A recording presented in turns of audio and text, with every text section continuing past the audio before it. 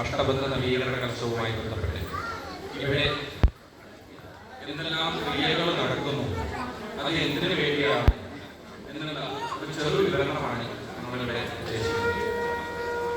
പലതരത്തിലുള്ള പൂജകളും ഹോമങ്ങളും കഴിച്ചതുകൊണ്ട് കാര്യമില്ല. അതിൽ ഭാഗമാക്കുന്ന എല്ലാ ഭക്തജനങ്ങൾക്കും അതെന്തിനാണ്, അതെന്താണ് എന്നുള്ള വ്യക്തമായിട്ടുള്ള ധാരണയുണ്ടെങ്കിൽ നമുക്ക് അതിന്റെ ഫലസിദ്ധി കുറച്ചുകൂടി എളുപ്പത്തിലും വേഗത്തിലും സാധിക്കും. അതുകൊണ്ട് എല്ലാവരും വളരെ ശ്രദ്ധയോടുകൂടി ഈ ചെറുവിവരണം കേൾക്കുകയും അത് മനസ്സിലാക്കുകയും അത് ജീവിതത്തിൽ പകർത്തുകയും ചെയ്യണമെന്ന് വിനീതമായി അപേക്ഷിക്കുന്നു. നമ്മുടെ കലശം തുടങ്ങിയ അന്ന് അല്ലെങ്കിൽ മാർച്ച് 2-ാം തീയതി ആചാര്യവരണ സമയത്ത് ചെറിയ തോതിൽ ഞാനൊന്ന് പറഞ്ഞിരുന്നു. കുറച്ച് ആളുകൾ അത് കേട്ടിരുന്നു തോന്നുന്നു. ആദ്യത്തെ ക്രിയ ആചാര്യവരണം എന്നുള്ളതാണ്. ആചാര്യനെ വരിക്കുക. നമ്മൾ ഏതൊരു കാര്യവും അതിൽ പ്രാഗൽഭ്യമുള്ള ഒരു വ്യക്തിയെ ഏൽപ്പിക്കുക എന്നത് ഒരു ധർമ്മമാണ്.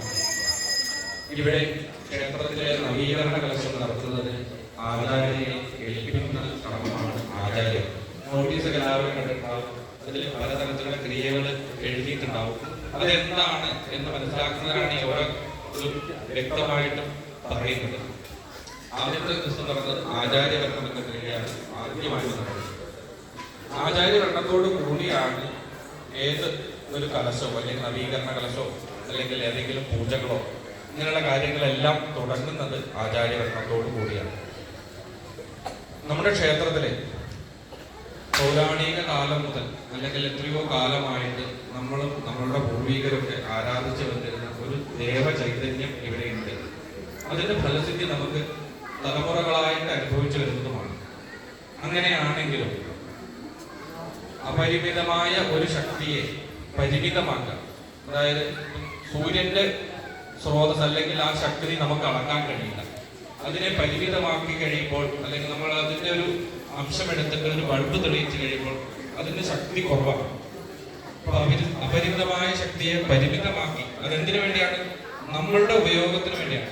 ഈശ്വരൻ എന്ന ശക്തി അപരിമിതമാണ്. സർവചരാചരങ്ങളിൽ കുടികൊണ്ട് കാണിക്കുന്നത് കൊണ്ട് നമ്മൾ ശിവനായി മാറും. ഈ പ്രപഞ്ച ശക്തിയിലുള്ള ആ ശിവാംശമായി തന്നെ നമ്മൾ മാറും. അതാണ് ശാസ്ത്രം പറയുന്നത്.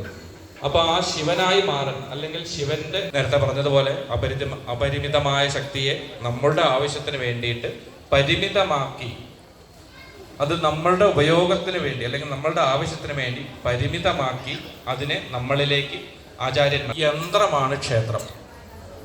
ഈ യന്ത്രം നമുക്ക് പല രീതിയിൽ നമുക്ക് മനുഷ്യനിർമ്മിതമായിട്ടും ഋഷി നിർമ്മിതമായിട്ടും ദേവനിർമ്മിതമായിട്ടും ഒക്കെ ഉണ്ട്. ഇവിടെ നമ്മൾ സ്വയംഭൂ എന്ന് പറയും. അത് സ്വയമായിട്ട് പ്രകൃതിയായിട്ട് നമുക്ക് ഉണ്ടാക്കി തന്ന ഒരു ആരാധനാ കേന്ദ്രമാണ് അല്ലെങ്കിൽ ഒരു ക്ഷേത്രമാണ്.